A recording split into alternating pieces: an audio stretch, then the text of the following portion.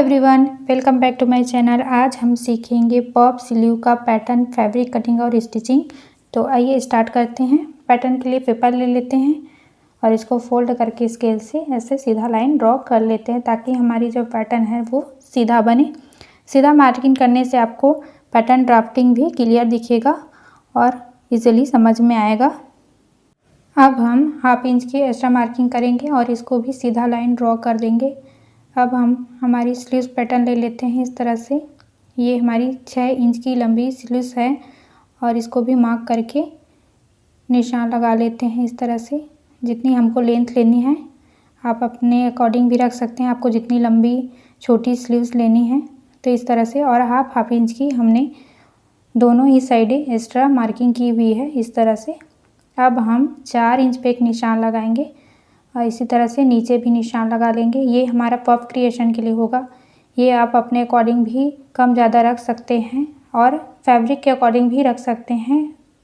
अगर आपकी फैब्रिक की चौड़ाई लंबी है तो आप 6 इंच तक रख सकते हैं और अगर आपकी फैब्रिक की चौड़ाई बहुत कम है तो आप 2 से 3 इंच तक रख सकते हैं इस तरह से। और ये मार्किंग आप डायरेक्ट फैब्रिक पर भी कर सकते हैं। इससे आपको अंदाज़ा मिल जाएगा कि आपका फैब्रिक छोटा है या बड़ा इस तरह से। और ये पैटर्न जमा करके इस तरह से निशान लगा लेंगे फ्रंट और बैक का इस तरह से। और एक्स्ट्रा मार्किंग कर लेंगे हम दबाव के लिए, मार्जिन के लिए। तो ये 1.5 इंच की एक्स्ट्रा मार्किंग हमने इस तरह से 1.5 इंच हमने एक्स्ट्रा मार्किंग की है फिटिंग के लिए इस तरह से। अब हमने जो हाफ इंच की एक्स्ट्रा मार्किंग की है दोनों साइड, उसको हम गोलाई के साथ मिला देंगे। ये मार्किंग हमें सेंटर से पफ के निशान तक ही लगानी। पफ के लिए जो मार्किंग किया था वहीं तक हमें गोलाई के साथ इस तरह से मिलानी है।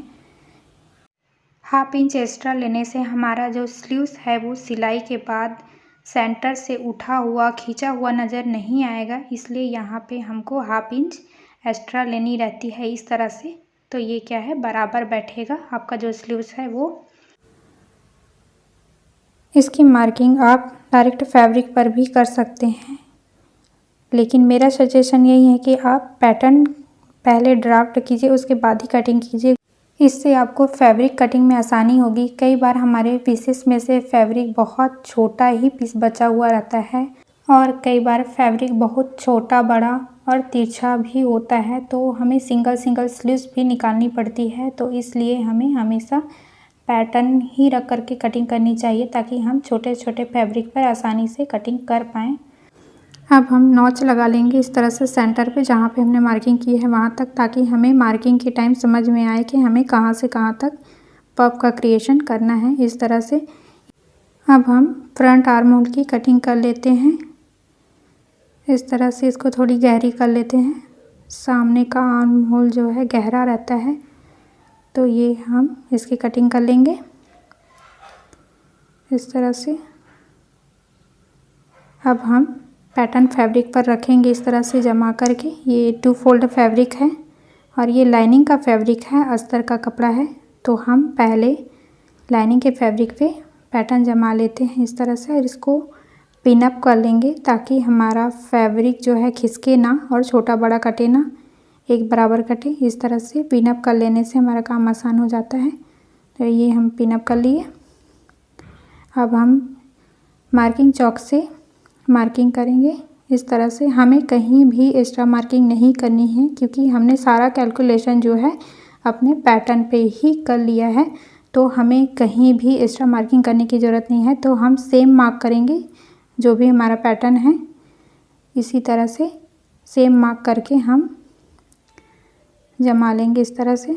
और ये मार्क कर लेंगे जहाँ भी हमने कट लगाया है वहाँ पे, ताकि हमें मार्किंग में आसानी है। और इसकी कटिंग कर लेंगे इस तरह से।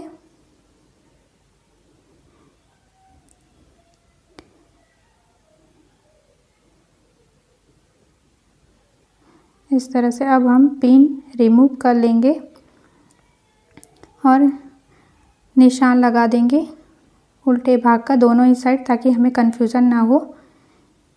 और हमें हमेशा फैब्रिक जो है उल्टे में ही बिछा करके रखनी चाहिए, क्योंकि मार्किंग हमें उल्टे भाग में ही करनी रहती है। तो इस तरह से अब दोनों ही साइड हम निशान लगा लेंगे। ये मार्जिन का निशान भी हम लगा देंगे ताकि हमें सिलाई के टाइम कोई परेशानी ना आए मार्किंग में। अब हम मेन फैब्रिक पर लाइनिंग फैब्रिक को रख करके पिन अप कर करके इसको भी हम कटिंग कर लेंगे। इस तरह से हम मेन फैब्रिक भी कटिंग कर लेंगे। अब हम फैब्रिक को जमा लेंगे। तो पहले हमें उल्टे सीधे का निशान लगा लेना है इस तरह से, ताकि हम कपड़ा जब जोड़े तो हमारा फैब्रिक जो है उल्टा सीधा ना सिले, इस तरह से कन्फ्यूज़न ना हो। तो ये इस तरह से हम जमा लेंगे और उल्टे फैब्रिक के ऊपर हम उल्टा रखेंगे। इस हमारा लाइनिंग का फैब्रिक उल्टा रहेगा, जहाँ पे हमने मार्किंग की है उसी के ऊपर हम मेन फैब्रिक को भी उल्टा रखेंगे इस तरह से, ताकि वो पलट करके जो हमने मार्किंग किया है वो उल्टे भाग में आए और हमें दोबारा से मार्किंग ना करनी पड़े सिलाई के लिए या गैदरिंग करने के लिए, फिटिंग के लिए। तो इस तरह से हम इस पर सिलाई लगा लेंगे। इस तरह से फैब्रिक जमा करके 1/4 इंच की सिलाई लगा लेंगे और फैब्रिक को हम जोड़ लेंगे, लाइनिंग फैब्रिक और मेन फैब्रिक को, और इसको हम पलट लेंगे इस तरह से और उंगली से ऐसे ट्रेस कर लेंगे और बराबर बैठा लेंगे कपड़े को इस तरह से। अब हम स्लीव पे पफ बनाएंगे। तो इसके लिए हम इलास्टिक ले लेते हैं। हम आपको इलास्टिक पे पफ बनाना बताएंगे। तो ये है हमारा इलास्टिक और ये 1 इंच चौड़ी इलास्टिक है। अब हम इसको मेज़रमेंट कर लेते हैं। तो इलास्टिक हमें 2 फोल्ड करनी है इस तरह से, और 2 फोल्ड करके हमें फिटिंग के निशान से लेकर के एग्जैक्ट स्लीव्स के निशान तक लानी है इस तरह से। और ये मेज़रमेंट ले लेनी है 2 फोल्ड में और इसकी कटिंग कर लेनी है। 1-2 इंच एक्स्ट्रा भी ले सकते हैं अगर आपको बहुत लूज़ फिटिंग चाहिए तो इस तरह से। अब हम इस पर 1/2 इंच की मार्किंग करेंगे इस तरह से। इलास्टिक लगाने के लिए 1/2 से 1 इंच आपको जितनी गैप रखनी है उस हिसाब से आप रख सकते हैं। आप 1 इंच की भी गैप रख सकते हैं, 1/2 इंच की भी गैप रख सकते हैं, 2 इंच की भी गैप रख सकते हैं। आपको पफ जिस तरीके से चाहिए, आपको चौड़ी पट्टी में पफ चाहिए तो चौड़ी लगा सकते हैं इस तरह से। आप 1/2 इंच की भी इलास्टिक भी आप पतली चौड़ी इलास्टिक अपने अकॉर्डिंग ले सकते हैं इस तरह से। इस तरह से हमें खींच करके स्लीव्स पे फिट करनी है इलास्टिक को।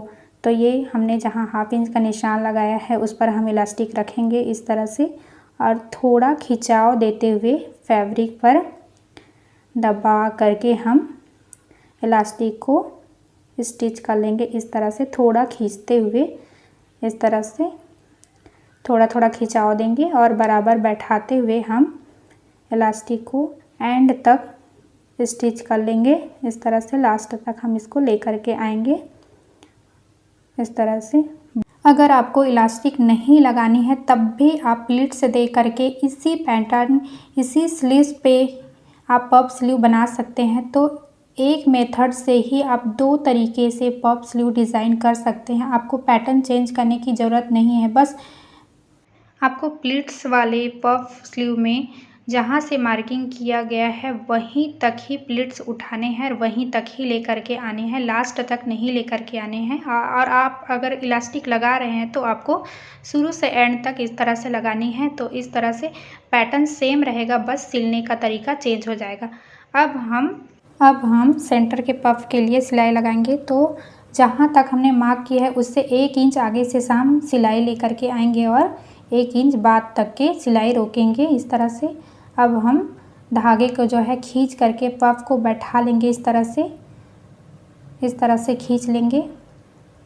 सिलाई हम 4 से 5 नंबर पे लगाएंगे ताकि हमारा धागा जो है आसानी से खींचते बने इस तरह से। और इसको हम सेंटर पे इस तरह से जमा लेंगे, पफ को इस तरह से गैदर को इकट्ठा कर लेंगे और उसके ऊपर हम सिलाई लगा करके इसको फिक्स कर लेंगे इस तरह से। आप इसको एडजस्ट भी कर सकते हैं, अगर कम ज़्यादा हुआ तो स्लीव्स अटैच के टाइम तो आप बाद में भी सिलाई लगा सकते हैं, डायरेक्ट स्लीव्स पे अटैच करते टाइम, और पहले भी सिलाई लगा सकते हैं इस तरह से जमा करके या मेजरिंग करके। थोड़ा बहुत 1-2 गैदर आप खोल सकते हैं या उसको दबा सकते हैं अगर कम ज़्यादा हुआ तो इस तरह से। अब हम स्लीव्स अटैच करेंगे और इसको हम पिन अप कर लेंगे सेंटर से जमाते हुए लास्ट तक।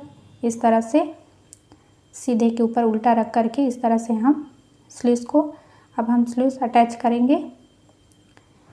इस तरह से पूरे स्लीव्स पे हम इसी तरह से सिलाई लगा लेंगे, तो हमें कहीं भी प्लीट्स जमाने नहीं पड़ेंगे अगर हमने एग्जैक्ट मेज़रमेंट ले करके एग्जैक्ट गैदरिंग और सिलाई लगाई हुई है। तो इस तरह से ये हमारा, इस तरह से हम दोनों साइड के स्लीव्स अटैच कर लेंगे इस तरह से। और ये बनने के बाद इस तरह से इसका लुक आया है और पहनने पे इस तरह से इसकी फिटिंग जो है बराबर आई हुई है, सेंटर से बिल्कुल भी उठा या खींचा हुआ नहीं है, पफ एंगल बराबर बैठा हुआ है। तो बाय फ्रेंड, मिलते हैं हमारे नेक्स्ट वीडियो पे। Thank you for watching.